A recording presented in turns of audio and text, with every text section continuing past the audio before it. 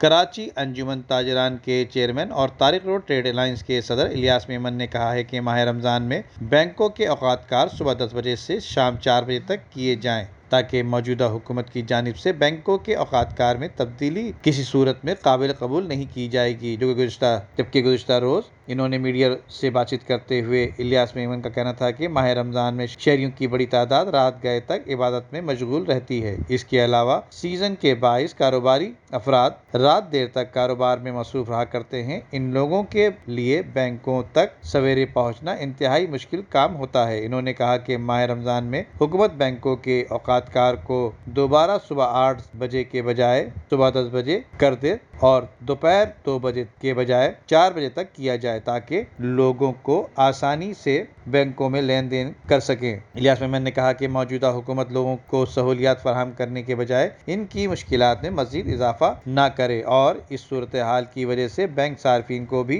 परेशानी का सामना करना पड़ रहा है। नदीम सिद्दीकी, मेट्रो 7 पाकिस्तान। अपने लिए तो सब ही जीते हैं इस जहां में, है जिंदगी का मकसद औरों के काम आना।